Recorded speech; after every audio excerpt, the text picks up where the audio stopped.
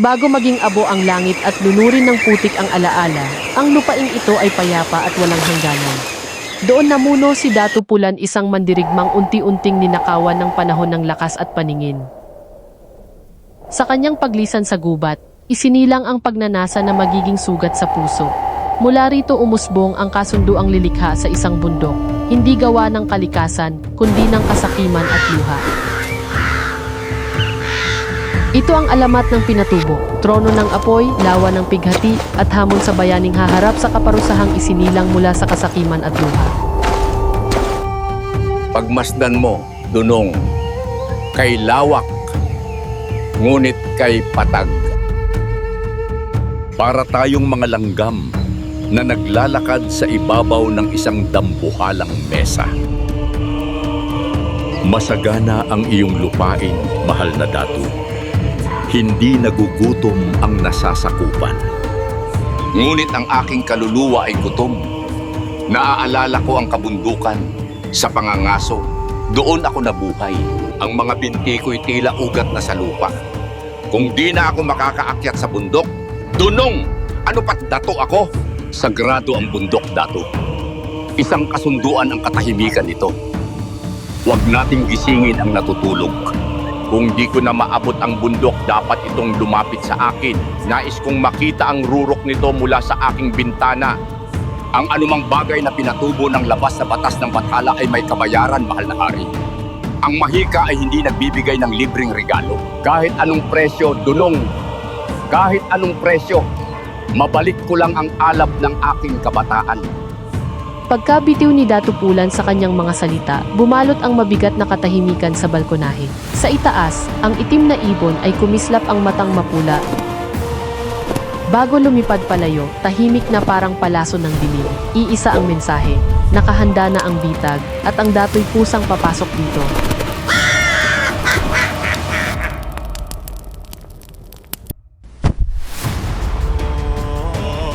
Paano ka nakalusot sa aking mga bantay? Walang dayuhang nakakapasok dito nang hindi ko nalalaman. Pader at bakal ay para sa may katawan, Datu. Ngunit ako'y anino at bukas ang iyong palasyo. Hindi ang trono mo ang pakay ko. Narinig ko ang leyon sa loob mo. Tinawag mo ako at narito ako. Sa halip na parusahan ako, tingnan mo ang alay ko. Isang binhi na magpapatubo ng iyong gusto.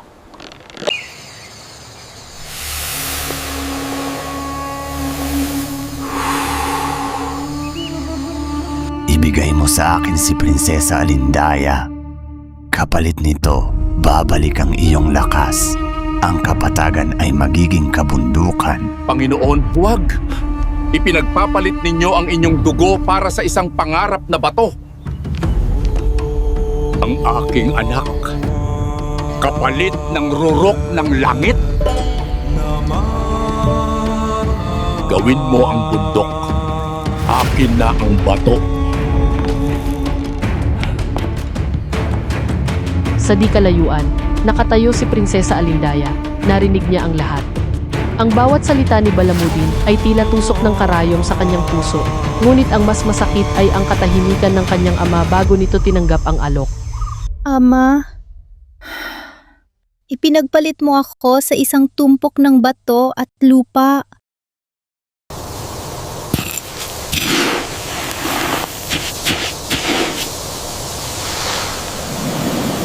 Binhi sa lupa, sumpa ay buhay. Babalik ako sa kasal kay Prinsesa Alindaya.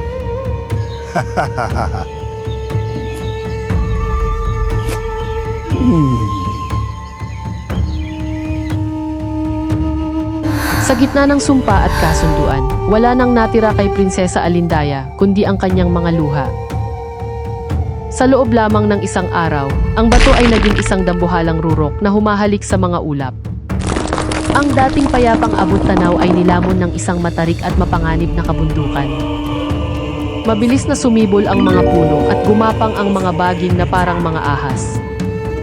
Ito ang pinatubo, ang bundok na ipinatubo ng madilim na mahika, isang monumentong itinayo sa kasakiman ng isang ama at sa pighati ng isang anak. Pinagmamasdan ng Datu ang tumubong bundok sa balkonahe. May mapanganib na ningning sa kanyang mga mata, halo ng pagkamangha at pagkahibang. Sa unang pagkakataon matapos ang maraming taon, hindi na niya naramdaman ang pagiging mahina. Sa harap ng rurok na abot langit, muli siyang naging agila ng kapatagan. Ngunit sa gitna ng kanyang kagalakan, may malamig na kurot sa dibdib ni Datu Pulan. Ang gubat na sumibol sa itim na mahika ay tila bumubulong. Hindi ito nagbibigay buhay, kundi naghihintay na kumuha nito. Narito na ang aking kaharian, ang aking bundok. Ngunit bakit ang hangin ay tila umiiyak, Dunong? Ang iyong anak, mahal na Datu, ang iyong anak. Lingid sa kaalaman ng Datu, unti-unti nang nanghihina si Prinsesa Alindaya. Ang kanyang karamdaman ay tahimik na lumalalim.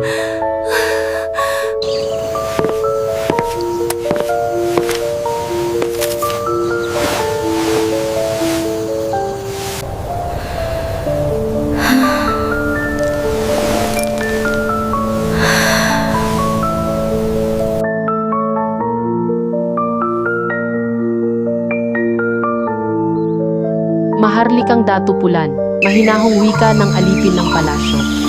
Ang kalagayan po ni Prinsesa Alindaya ay malubha. Siya'y lubhang nanghihina at kinakailangang magpahinga ng lubos. Ipinapakiusap ng mga manggagamot na huwag muna siyang gambalain upang hindi lumala ang kanyang kalagayan.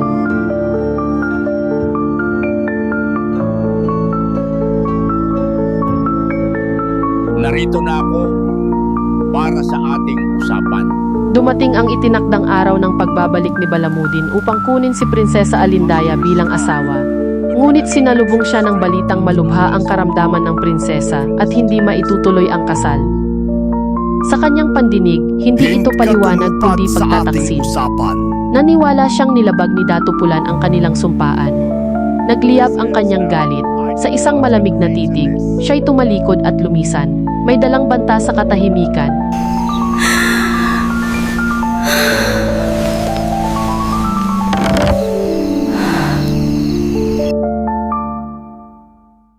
Sa balkonahe, nag-iba ang kulay ng langit. Ang bagong sibol na bundok ay nabalot ng maitim at kumukulong ulap, at ang hangin ay uminit na may amoy ng asupre. Anong nagawa ko? Ang bundok na hiniling ko, ito ay hindi para sa pangangaso. Ito ay isang kulungan na gawa sa bato. Hindi na malaman ni Datu Pulan ang gagawin sa patuloy na paglaki ng bundok, maging ang kanyang matalinong tagapayo na si Dunong ay nabagabag. Habang lumilipas ang mga araw, nakita ng mga tao na ang bundok ay lalo pang lumapad at humaba, umaabot na sa karagatan. Ang dating payapang baybayin ay naglaho, at ang lugar ay di na maaring tirhan. Nabalot ng takot ang mga mamamayan. Ang bulungan ay naging panawagan. Dapat itong matigil bago tuluyang lamunin ang kanilang lupain.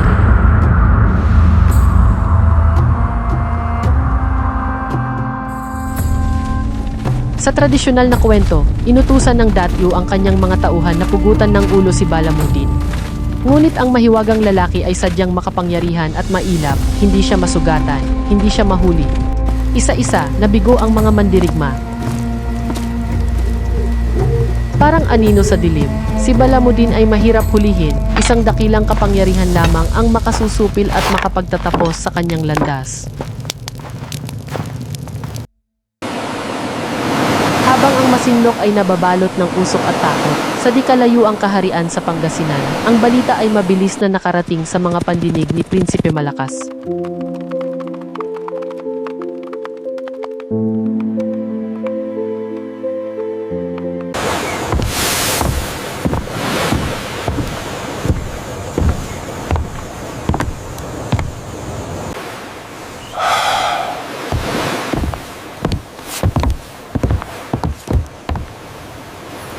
Kamahal na prinsipe, kailangan ng masinlok ng tulong. Ihanda ang aking kabayong pandigma, wika ng prinsipe.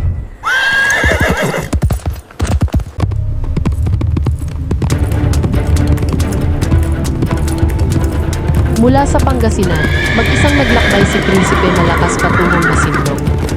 Wala siyang kasamang hukbo. Tanging ang kanyang kabayong pandigma, tapang, lakas at pusong dalisay. Tinahak niya ang ilog, gubat, bundok nang hindi lumilingon, dala ang matatag na layunin.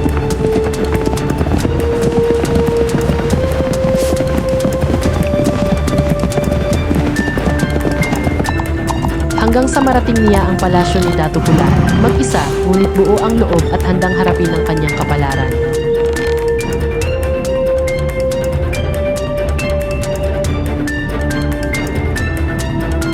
Sa pagdating sa lupain ni Dato Pulan, ang alikabok ng paglalakbay ay hindi nakapagpahina sa kanyang diwa. Nagharap ang dalawang pinunong dugong bughaw, at sa isang marangal na pagyukod, kinilala nila ang isa't isa bilang kapantay. Nalakas, wala nang halaga ang aking korona. Sa aking pagnanasa, itinanim ko ang batong iyon kapalit ng dugo. Pakiusap bayani ng Pangasinan. Huwag mong hayaang ang aking kasalanan ng maging wakas ni Alindaya. Mahal na Datu, handa akong tumulong. Hindi ko hinihingi ang anumang kapalit.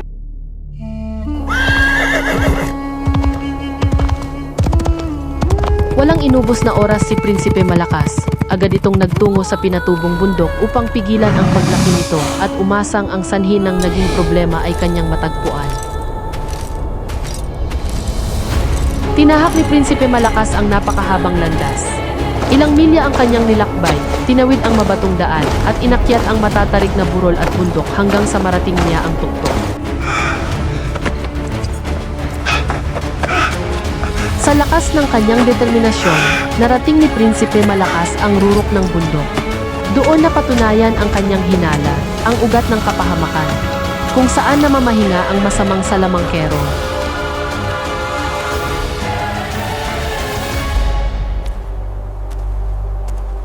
Sa sandaling iyon, wala nang atrasan, nagsimula ang kanilang tunggalian.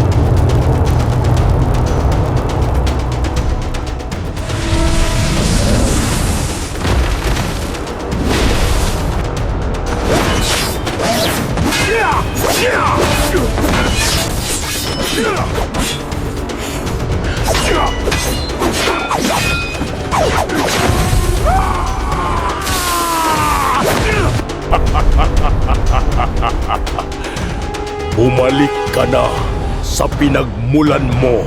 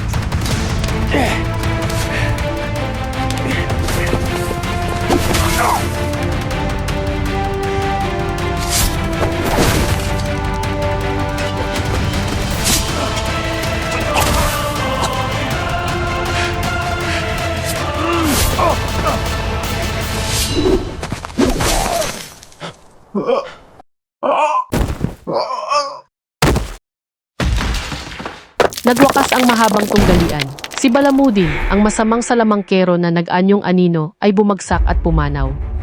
Sa isang makapangyarihang puwersa, binunot ni Prinsipe Malakas ang bundok at inihagis ito patungo sa timog kanluran. Nawala ang malaking bundok sa gitna ng kapatagan at muling bumalik ang liwanag at kapayapaan sa bayan ng Masinloc. Pagkaraan ng matinding tunggalian, bumalik si Prinsipe Malakas sa lupain ni Datupulan. Sa kanyang pagdating, alam ng mga mamamayan na natapos na ang banta na bumalot sa kanilang lupain. Nang mawala ang anino ni Balamudin, unti-unting bumalik ang lakas ni Prinsesa Alindaya. Para bang kasabay ng paglaya ng lupain, gumaan din ang kanyang kalooban. Sa balkonahe kung saan nagsimula ang kanyang pagkakamali, hinarap ni Datupulan ang bayani na nagligtas sa kanyang lupain. Nag-utos si Datupulan na maghanda ng isang malaking pagtitipon upang ipagdiwang ang paglaya ng kanilang lupain. Ang mga lingkod ay nag-aayos ng mga pagkain, ilawan at mga upuan ng bulwagan para sa mga pinuno at mamamayan.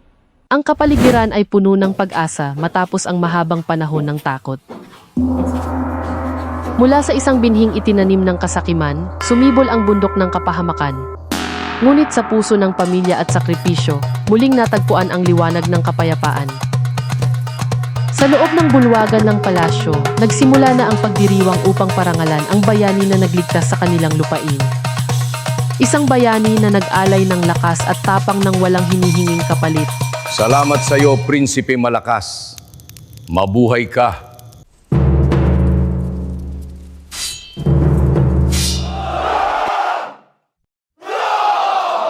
Habang nagaganap ang pagdiriwang, dumating si Prinsesa Alindaya sa bulwagan.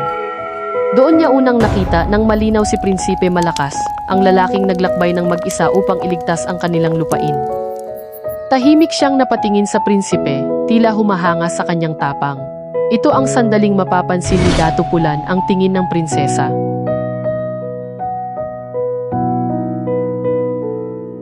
May sasabihin ka ba kay Prinsesa Alindaya Malakas?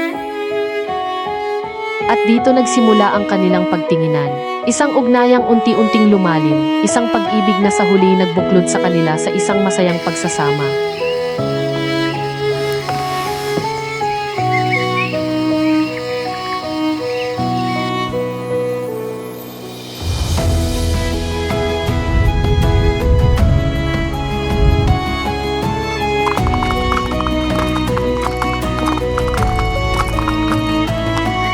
Sa isang payak ngunit marangal na seremonya, ikinasal sina Prinsipe Malakas at Prinsesa Alindaya sa harap ng mga pinuno at maharlika ng kaharian.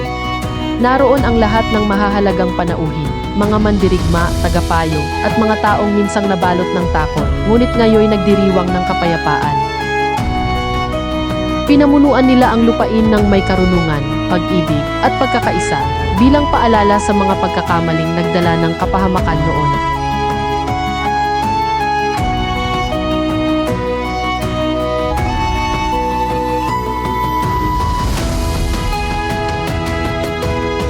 At sa lugar na pinagmulan ng lahat, ang hukay na naiwan ay napuno ng tubig at naging isang lawa, ang lawa ni Alindaya, isang tahimik na alaala ng pag-ibig, sakripisyo at kapayapaang muling natagpuan.